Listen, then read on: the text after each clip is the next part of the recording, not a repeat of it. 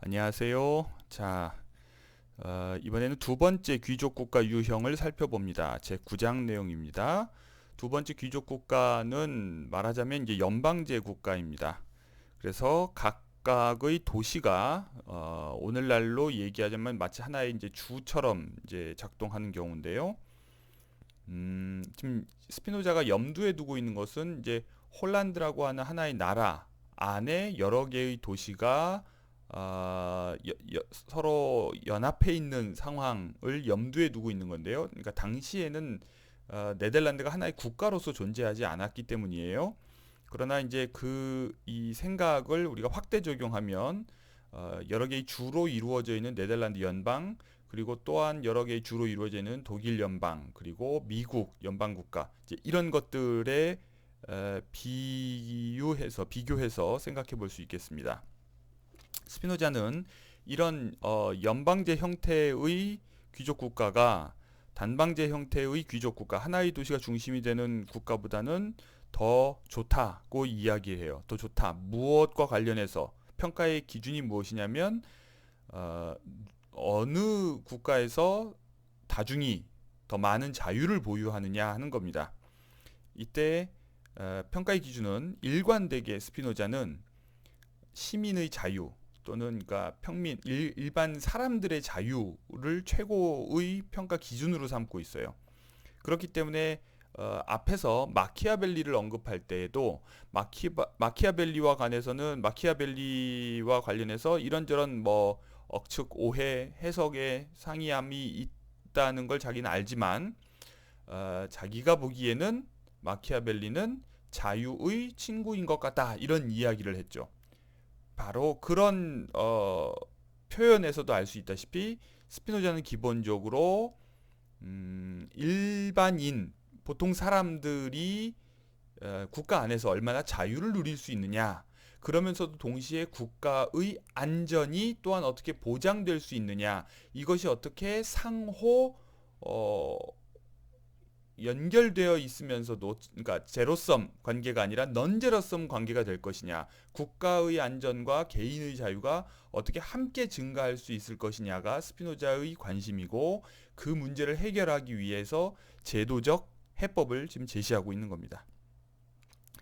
자, 앞장에서 귀족 국가를 다룰 때 군주 국가와 차이를 강조하고, 차이가 어디에 있는지, 그리고 그래서 호환되는 국가 일반에 관한 부분이 무엇이고 귀족 국가의 고유한 것이 무엇인지를 확인해서 뺄 걸 빼고 넣을 걸 새로 넣고, 이제 이렇게 구상한 것처럼 지금 다중심의 연방제적 귀족 국가에서도 앞에서 살펴본 제1유형의 귀족 국가와 비교해서 고유한 것이 무엇이고 일반적인 것이 무엇이냐 해서 뺄 걸 빼고 새로 넣을 걸 넣는 이런 방식, 동일한 방법을 사용합니다. 자, 그러니까 우리가 추상화 수준을 나누어서 보면 국가 일반에 해당하는 것이 있어요. 그리고 국가 일반 밑에 군주국가 고유, 귀족국가 고유한 것이 있죠. 다시 귀족국가에도 귀족국가 1유형에 고유한 것, 귀족국가 2유형에 고유한 것, 이렇게 레벨이 세 가지로 나뉜다는 겁니다. 자, 아시겠죠?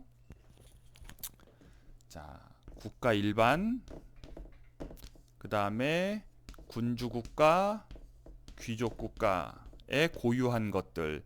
그러면 다시 국가 일반에 공통된 것은 군주국가이나 귀족국가이나 다 똑같이 적용될 수 있겠죠? 그러나 귀족국가도 1유형과 2유형이 있어요. 그러니까 귀족국가 일반에 공통적인 것은 여기에나 다 적용될 수 있겠죠. 그러나 여기에 고유한 것은 여기에 적용될 수 없다, 이런 얘기예요. 자, 이런 스피노자의 논리를 따르면 민주국가와 관련해서도 국가 일반의 공통적인 것은 여기에도 적용될 것이고, 다만 군주국가에 고유한 것, 귀족국가에 고유한 것은 여기에는 적용되지 않겠죠. 자, 이런 방식으로 지금 서술하고 있습니다. 자, 2절에서는요. 그런데 이 귀족국가 이 유형에서는 여러 개의 도시들이 연결되어 있는 형태이므로 이 정부 형태를 보존하려면, 자, 스피노자의 대전제는 정부의 형태가 바뀌지 않고 지속되는 것이 그곳에 사는 사람들에게 좋다, 이런 얘기예요. 그래서 이 두 번째 유형의 정부 형태가 지속되려면 그 국가를 구성하는 여러 도시들이 서로 필요로 하게끔 서로 다른 도시를 필요로 하도록 하는 어떤 장치가 필요하다는 거예요. 왜냐하면 누군가가 필요가 덜해지면 다른 도시를 귀찮아하고 필요하지 않고 혼자서 살아남을 수 있겠다고 생각하면 이 국가가 깨지는 거예요. 그렇죠.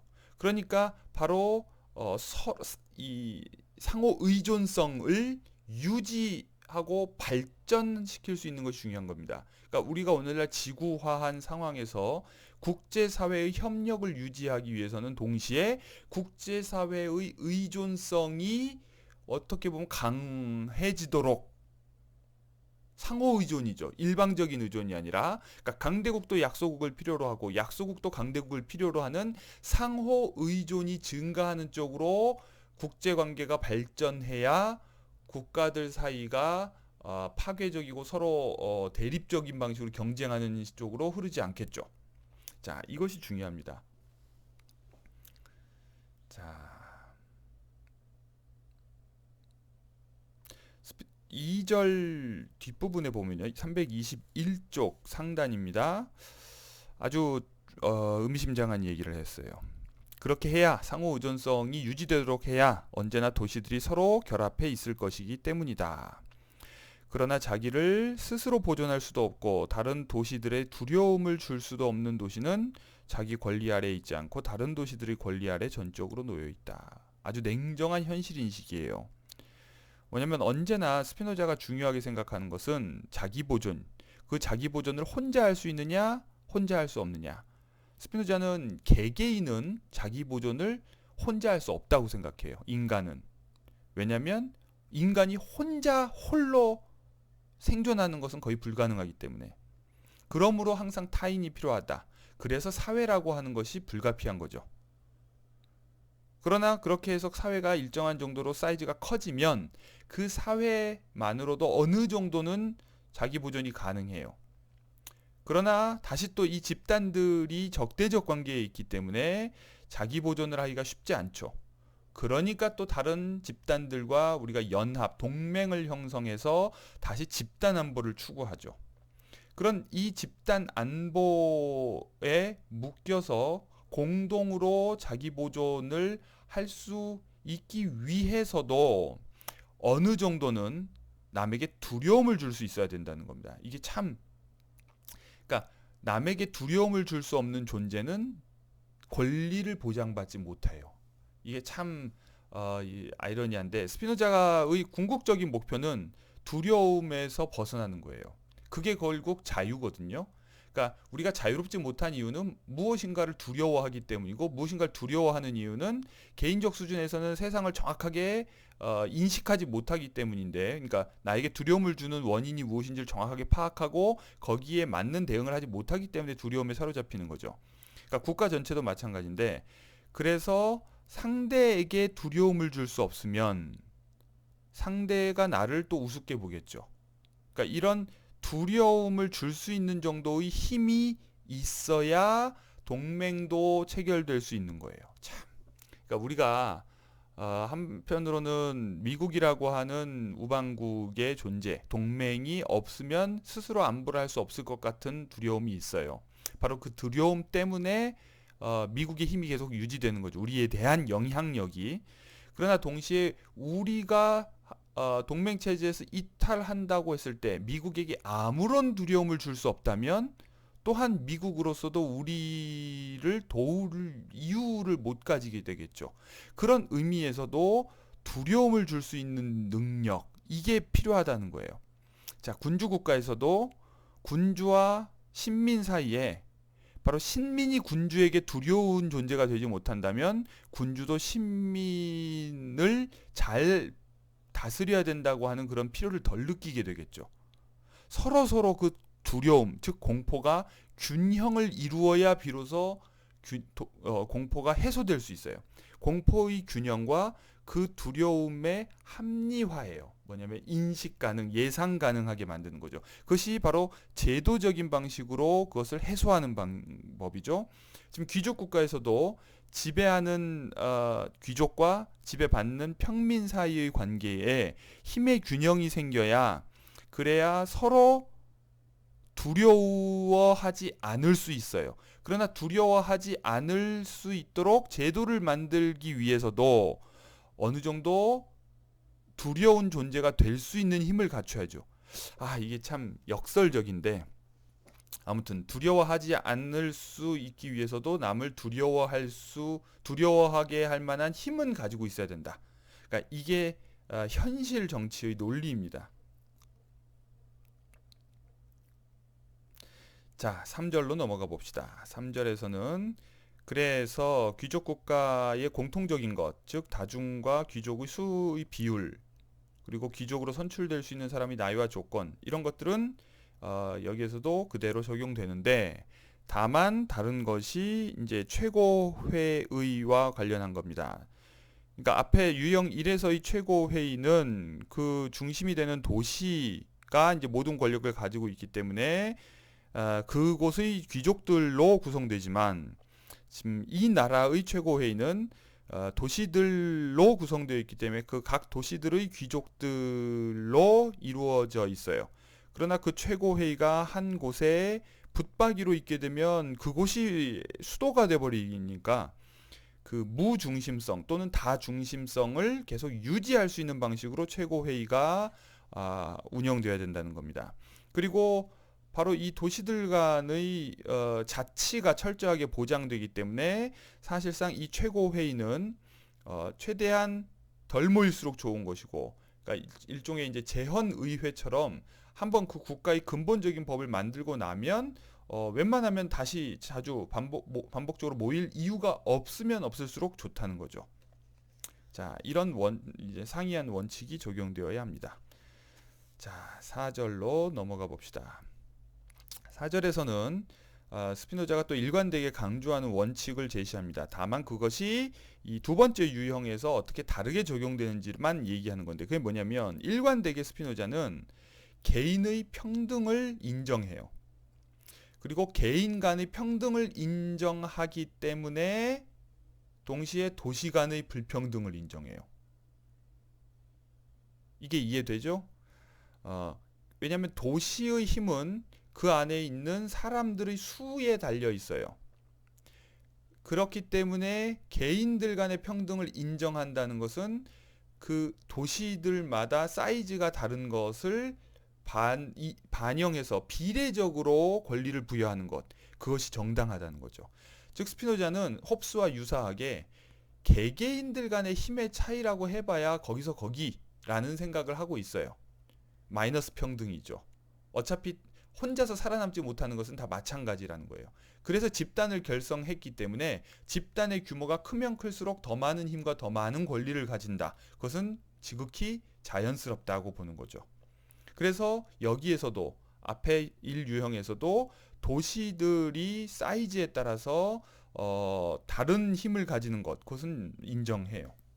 자, 미국 연방제로 예를 들면 미국의 경우에 하원은 주마다 인구가 다르기 때문에 인구가 많은 주가 더 많은 대표자를 선출하죠. 그러니까 캘리포니아 주에서 선출하는 하원 의원 수와 매우 인구가 작은 주의가 배출하는 하원 의원 수는 차이가 나요. 그건 당연하게 받아들여요. 근데 애초에 이 원칙으로만 나라를 만든다고 했으면 작은 주들이 연방국가 형성에 동의하지 않았을 것이기 때문에 그 절충 안으로 상원이라고 하는 제도, 즉 이중 제도를 갖추고 있죠. 그래서 상원은 인구 비례가 아니라 그냥 각 주별로 한 주마다 대등한 권리를 인정하는 방식이에요. 자, 스피노자는 여기에서 미국의 상원 의원 같은 방식의 결합 필요를 인정하고 있지는 않아요. 이것은 어떤 역사적 차이가 반영된 거라고 봐야 되겠죠. 자, 이 각 도시들 서로 다른 힘을 가지고 있는 도시들을 하나로 묶는 끈의 역할을 하는 것이 원로회의와 법원이다. 이렇게 설명하고 있습니다. 자, 5절로 넘어가 봅시다. 5절에서 각 도시의 귀족의 수는 도시의 크기에 따라 더 많거나 더 적어야 한다. 뭐 그렇죠? 그런데 이 도시들로 이루어져 있지만 미국의 경우에도 각 주가 하나의 나라처럼 운영되지만 50개 주를 포괄하는 연방 국가 전체에 공통되는 업무를 하기 위해서는 연방 행정부가 있는 거죠. 그 연방 행정부의 수장이 지금 트럼프 대통령인 거고요. 바로 그것처럼 이곳에도 국가 전체에 공통되는 업무를 처리하는 행정부가 필요한 거예요. 자, 스피노자의 이 구상에서는 원로회의가 행정부의 역할을 해요. 그러니까 여기서도 국가 공통의 원로회의가 필요한 거죠. 그러니까 마치 미국에서 뭐라고 그러죠? 그러니까 연방 행정부가 있는 것처럼 이곳에서도 국가 원로회의가 있는데 이 국가 원로회의가 그런 행정부 역할을 하는 거죠. 이 원로회의가 도시들 사이에서 발생할 수 있는 분쟁을 종식시킬 권위를 또한 가진다. 미국의 연방정부가 주들 간의 다툼이나 이런 문제를 해결하는 것과 관련돼서 역할을 하는 것과 유사한 겁니다. 자, 6절로 넘어가 봅시다. 한번 잠시 도식을 좀 보시죠. 자, 이 도식을 보면 여러 도시로 이루어진 연방 귀족 국가는 자, 이 도시 각각의 도시는 어떻게 구성되어 있냐면 자, 이 하나의 도시가 중심이 되는 귀족 국가의 구성과 동일합니다. 최고회의가 있고 최고회의에서 12대 1의 비율로 원로회의가 구성되고 이 원로회의의 이제 일부가 이제 상임 집정관, 상임 행정부죠. 집정관으로 선출되고 그리고 최고회의와 50대 1의 비율로 국가 전체에 이제 이 법을 잘 지키는지 귀족들이 법을 잘 지키는지를 감시하는 검찰관 회의가 있었어요. 이것이 자 각각의 도시가 다 똑같이 그렇게 구성되어 있는 겁니다. 자 그러나 이제 이 안에서 자치 법률을 가지고 있죠. 그러니까 지금 오늘날 그 지방자치가 굉장히 강화된 형태를 상상할 수도 있어요. 그러니까 그때 핵심이 뭐냐면 지방자치의 핵심은 그 자치를 하는 단위가 법적 인격을 보유하느냐 여부예요. 그래서 자기에게 필요한 법률들을 스스로 제정할 수 있느냐 하는 거예요. 그러니까 스피노자의 표현 중에 자주 나오는 것이 뭐냐면 법률적 한계 안에서 이런 표현들이 나와요. 그러니까 각 도시는 그 도시가 가지고 있는 법적 권한 안에서는 자율적으로 무엇인가를 할 수 있게 되는 거죠. 그러나 전체와 관련해서 일정한 몫을 그 도시 사이즈에 따라서 가지는 거예요. 그래서 도시가 클수록 더 많은 귀족도 배출하고 그만큼 더 많은 국가 재정도 부담하고 더 많은 병사를 제공하고 그런 만큼 그 병사를 부양할 의무도 있고 동시에 그 병사를 지휘할 지휘관도 배출할 수가 있게 되는 거죠. 자, 철저하게 이렇게 비례적으로 각 도시들의 권한이 국가 최고회의에 반영되는 이유는 뭘까요? 그것이 뭐 당연하다, 개개인의 평등을 오히려 인정하는 거다라고 얘기할 수도 있는데요. 바로 그것이 의미하는 바는 뭘까요?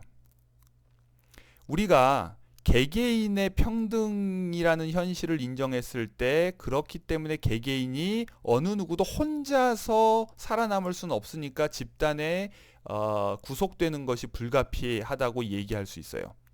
그러나 집단을 이룬 순간에는 자기 혼자 얼마든지 살 수 있다고 생각하면 독립할 수 있겠죠.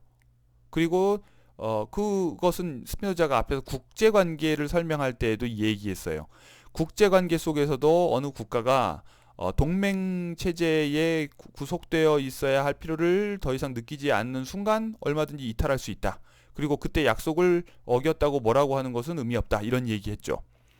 그것처럼 이 도시들 또한 그렇기 때문에 그 도시들을 묶기 위해서도 앞에서 상호의존성이 계속 유지되어야 된다고 얘기했지만 또 묶기 위해서도 더 큰 도시의 권리가 더 많이 보장되는 것이 불가피할 수 있어요. 만약에 강대국에 더 많은 권리를 인정하지 않으면 그 강대국이 거기에 왜 있겠어요? 약소국들은 약하기 때문에 이런 전체에 속하는 것이 필요할 수 있어요. 그러니까 더 적은 권리를 인정받는다 하더라도 그것이 비례적이기 때문에 특별히 부당하다고 느끼지 않을 수 있죠. 그러나 큰 도시는 만약에 비례적으로 하지 않고 똑같은 방식의 권리 인정, 각 도시별로 똑같은 권리를 인정한다고 하면 큰 도시에게는 메리트가 없을 수 있어요. 자, 오늘날 우리가 국제사회에서 유엔을 볼 때 유엔 총회가 연결되는 방식, 유엔 안전보장이사회가 구성되는 방식, 그 다음에 안전보장이사회 상임이사국이 구성되는 방식이 다 다르죠. 각 레벨마다 각 국가들이 사용하는 권한이 달라요. 그러니까 바로 유엔부터가 강대국의 몫을 인정하고 있어요. 왜냐하면 그렇게 하지 않으면 강대국들이 그곳에 참여하지 않으려고 할 것이기 때문이죠.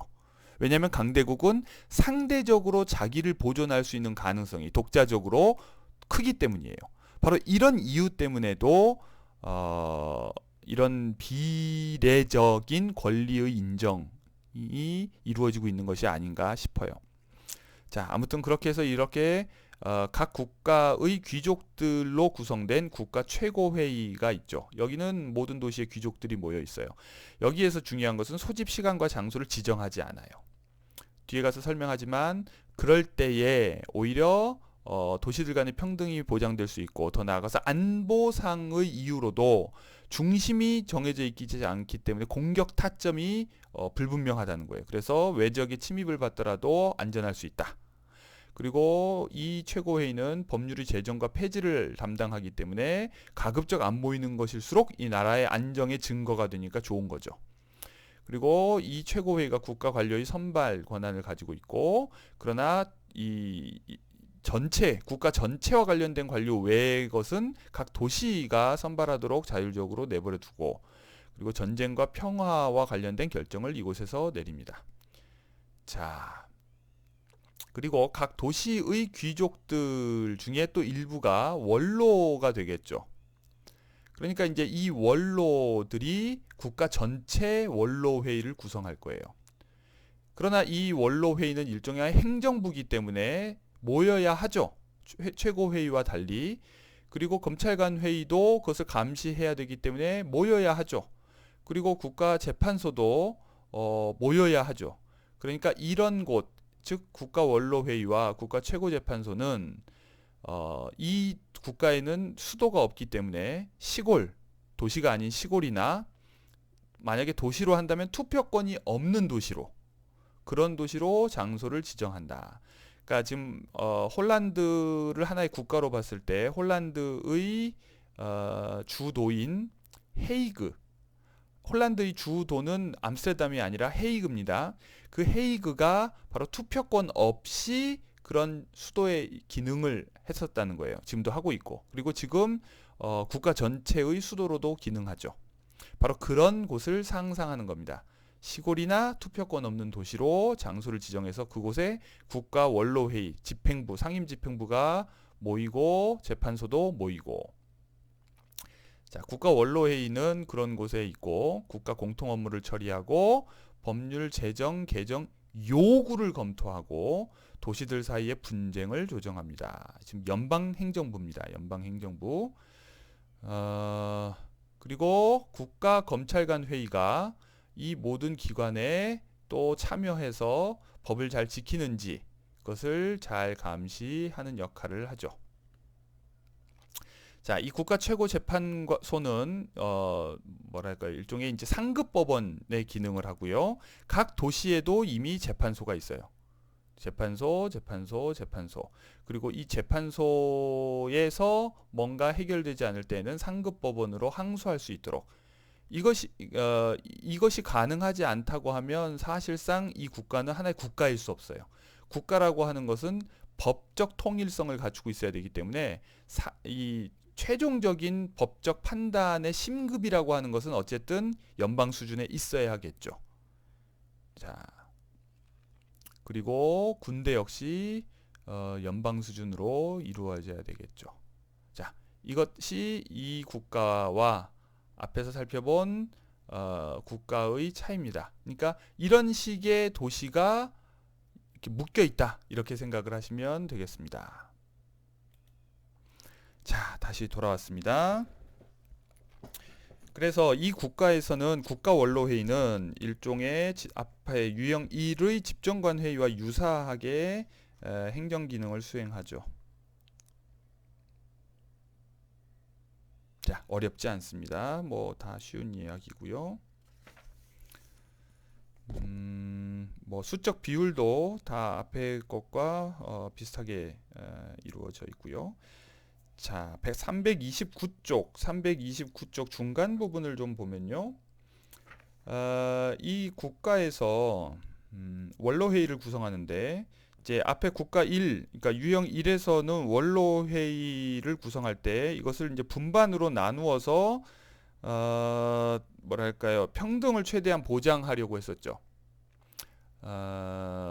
그래서 이 분반별로 의장과 부의장을 선택하고 또 거기서 또 선출이나 추첨을 통해서 원로들을 선발한 다음에 그들로 집정관을 구성해요. 그래서 집정관의 임기를 짧게 하고 돌려가면서 권한을 많이 가지지 못하도록 했었는데, 여기에서는 문제는 이제 이런 국가는 도시들의 사이즈가 아무래도 작을 것이기 때문에, 수도가 있는 단방 국가와 비교했을 때 도시들의 사이즈가 작을 것이기 때문에 각 분반의 의장과 부의장이 그 수가 도시의 수보다 적으므로 각 도시들을 평등하게 할 방법이 없단 말이에요. 그러니까 이 수가, 이게 이제 평등을 고려해야 할 단위와 공직이 일치하면 순환, 월마다든 뭐 이렇게 순환을 하면 되는데, 만약에 그것이 일치하지 않을 경우에는 평등을 보장하는 방법이 뭐예요? 추첨이라는 겁니다. 그러니까 스피노자는 계속해서 이런 사이즈를 비례적으로 인정하는 그런 방법과, 그러나 동시에 일단 한번 그렇게 구성된 상황에서는 개개인들 간의 각각의 원로들, 즉 대표자들 간의 평등을 보장하기 위해서 추첨이라고 하는 방식을 사용하고 있어요. 물론 추첨은 선출되어야 하는 공직과 선출되는 대상이 되는 귀족들의 이 비율과 관련되는데, 공직의 수가 적으면 어쩔 수 없이 임기를 이용하거나 또는 순환이라고 하는 방법을 사용하거나, 그리고 그 마지막으로는 추첨이라는 방식을 사용해서 최대한 평등을 보장하는 겁니다.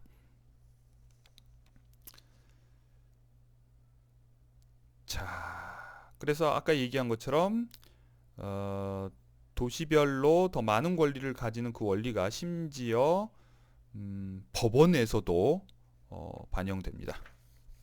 자, 7절입니다.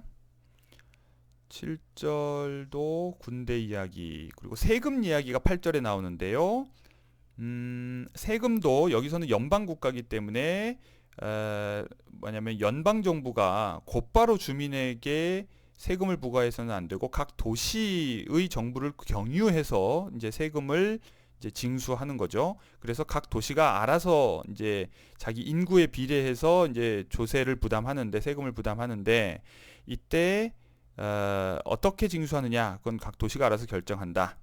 그 도시, 근데 이제 지금 여기서 재밌는 것은 스피노자가 주민들에게 간접세, 즉 소비세를 부과하는 방식이 좀 더 공평하다 이런 얘기를 해요. 재산 조사를 해서 징수하는 방법보다는 그냥 소비에 대해서, 그러니까 이제 부자들의 소비가 좀 더 많고, 근데 부자들이 자신들의 재산을 감춰서 세금을 덜 내려 한다고 하는 의심이 있었던 것 같아요, 당시에.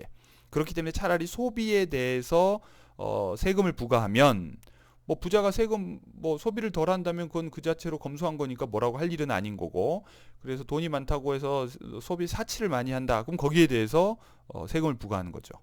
바로 그런 이 어떤 생각이 이 문장에는 반영되어 있는 것 같습니다.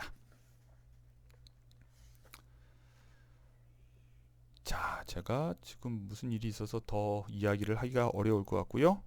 여기서 끊고 이어서 9절부터 살펴보겠습니다.